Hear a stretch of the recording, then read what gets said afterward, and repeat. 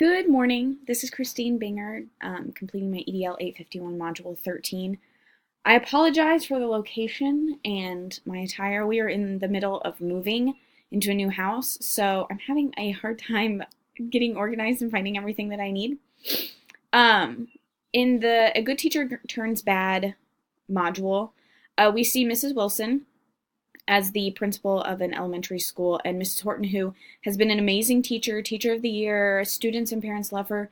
Suddenly, she's not herself, and she's not the same teacher that people learn to love, and this is becoming an issue for the school and the students specifically.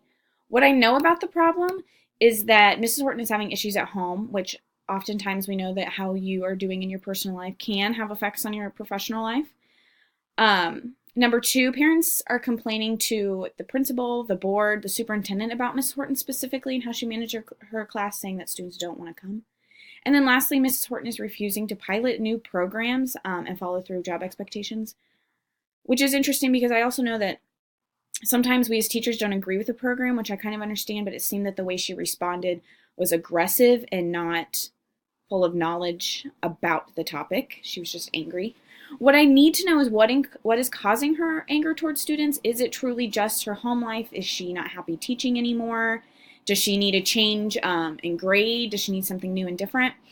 Number two, why is she refusing pilot programs? Is it personal and knowledge, or is it she just doesn't want to do it? She's just being difficult. And number three, while Ms. Horton was Teacher of the Year, what have her previous evaluations been, whether they've been done by Mrs. Wilson, the principal, or somebody else, vice principal, previous principal? What were her evaluations before, and have there been any issues similar to this that arose in previous years? The problem specifically is that Mrs. Horton is clearly upset and acting out of character. She's refusing to return parent emails and phone calls. She's refusing new programs that the school has selected to utilize for students. But the other problem, too, seems to be that Mrs. Wilson doesn't want to rock the boat, as she was previously told by a principal. Because this elementary school has done so well and everyone gets along so well, it is hard to manage when a problem like this comes up and everything's been smooth sailing. So I see the problem from both angles in that way. So my proposed plan of action, as if I were the principal, would be to meet with Mrs. Horton one-on-one to discuss what happened in the meeting with Mr. Stafford. Next would be, during that meeting, I want to discuss how Ms. Horton is feeling, how she viewed the meeting. I want to discuss what people are saying, parents, superintendent, the board, and everybody has to say about it, and get Ms. Horton's reflection on their notes. Is she being aggressive and going against those notes, or is she accepting those and realizing the impact that she's making? Because her reaction to this kind of discussion would be really telling of her willingness to move forward with the rest of what my plan would be. Assuming that this goes well, Ms. Horton would be allowed time off to regroup. And by time off, I mean a day or two, maybe the rest of the week, depending. Sometimes you just need a break. Personal breaks, like mental wellness days, are important. I definitely take one a semester and I don't take work home. I just need time to regroup.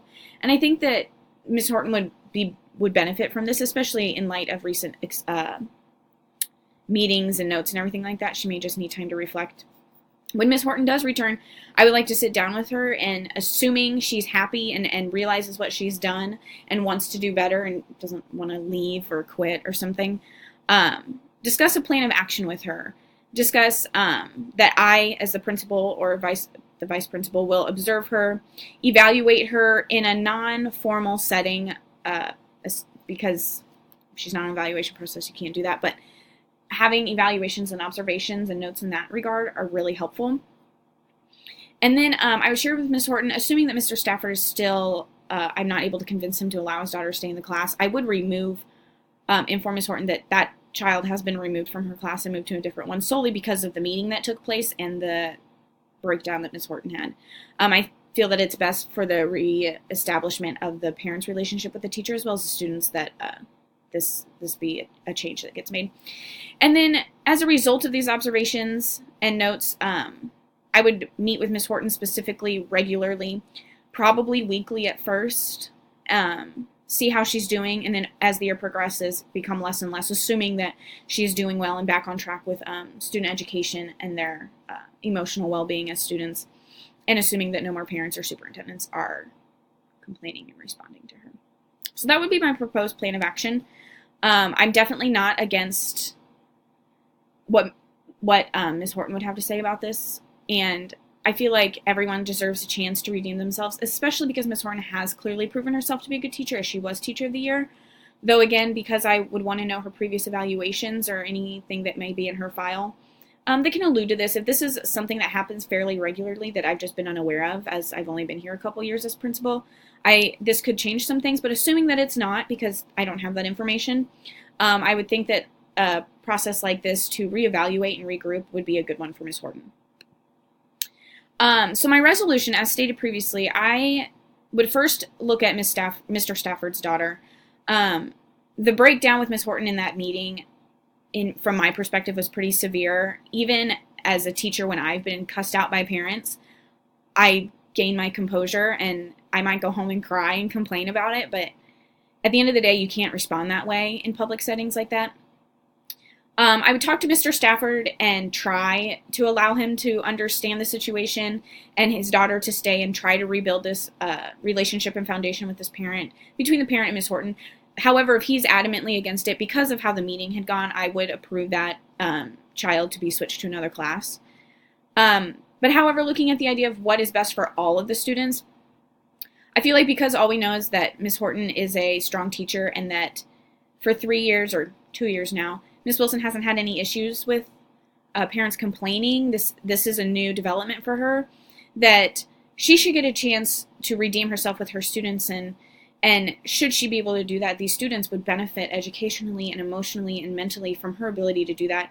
And I see that potential in both Ms. Horton and the students, because even though kids are impacted by the things that happen around them, if Ms. Horton can turn it around and make them realize that, their education is important and she cares about them, kids are very forgiving, and I believe Ms. Horton deserves that opportunity. Debriefing on the problem.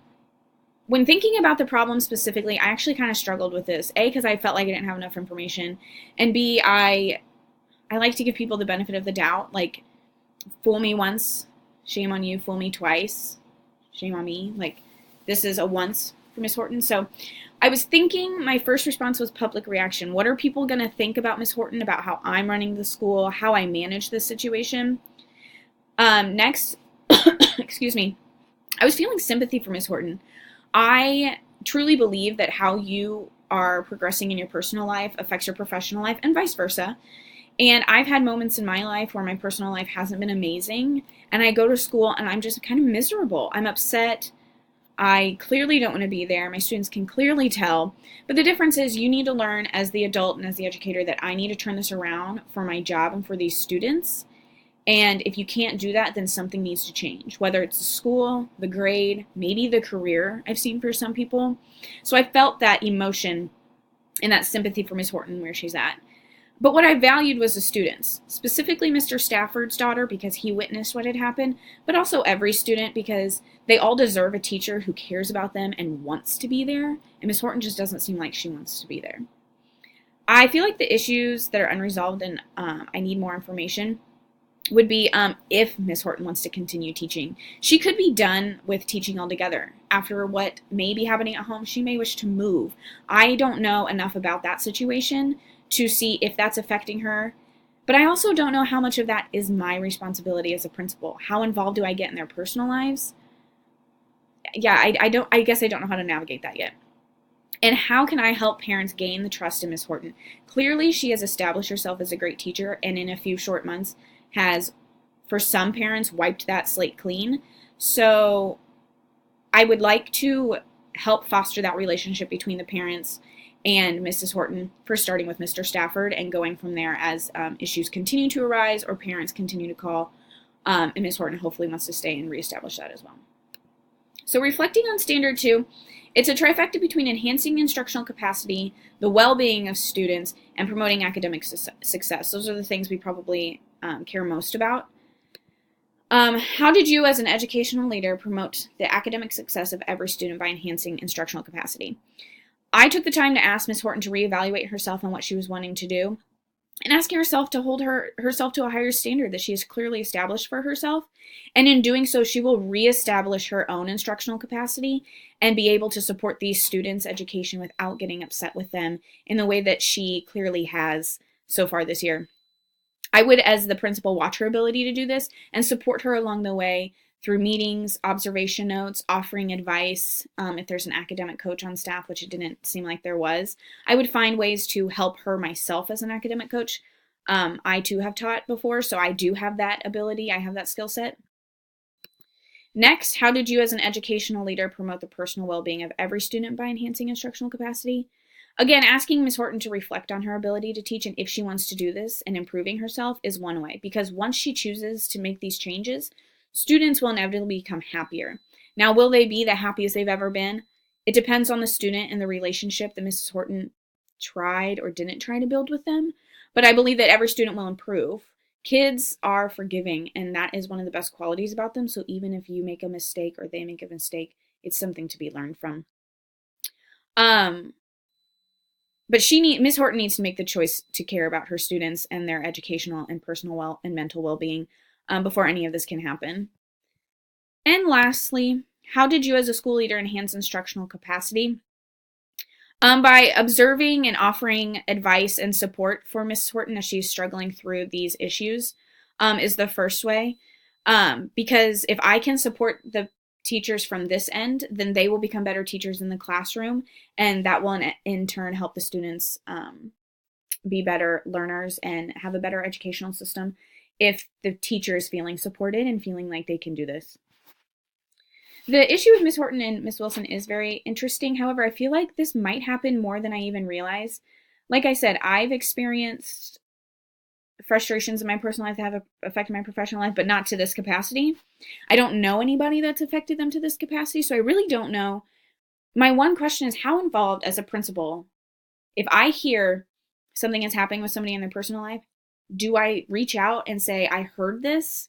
Do I reach out and hope that they tell me? Like, how do I handle that? Because some people, I don't know, I found that angle to be very unique, and that piece of information to probably be the one that tripped me up the most, because I know that it affects, but how do I handle that?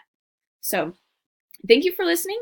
Thank you for everything for this course. Have a great spring break and rest of the semester.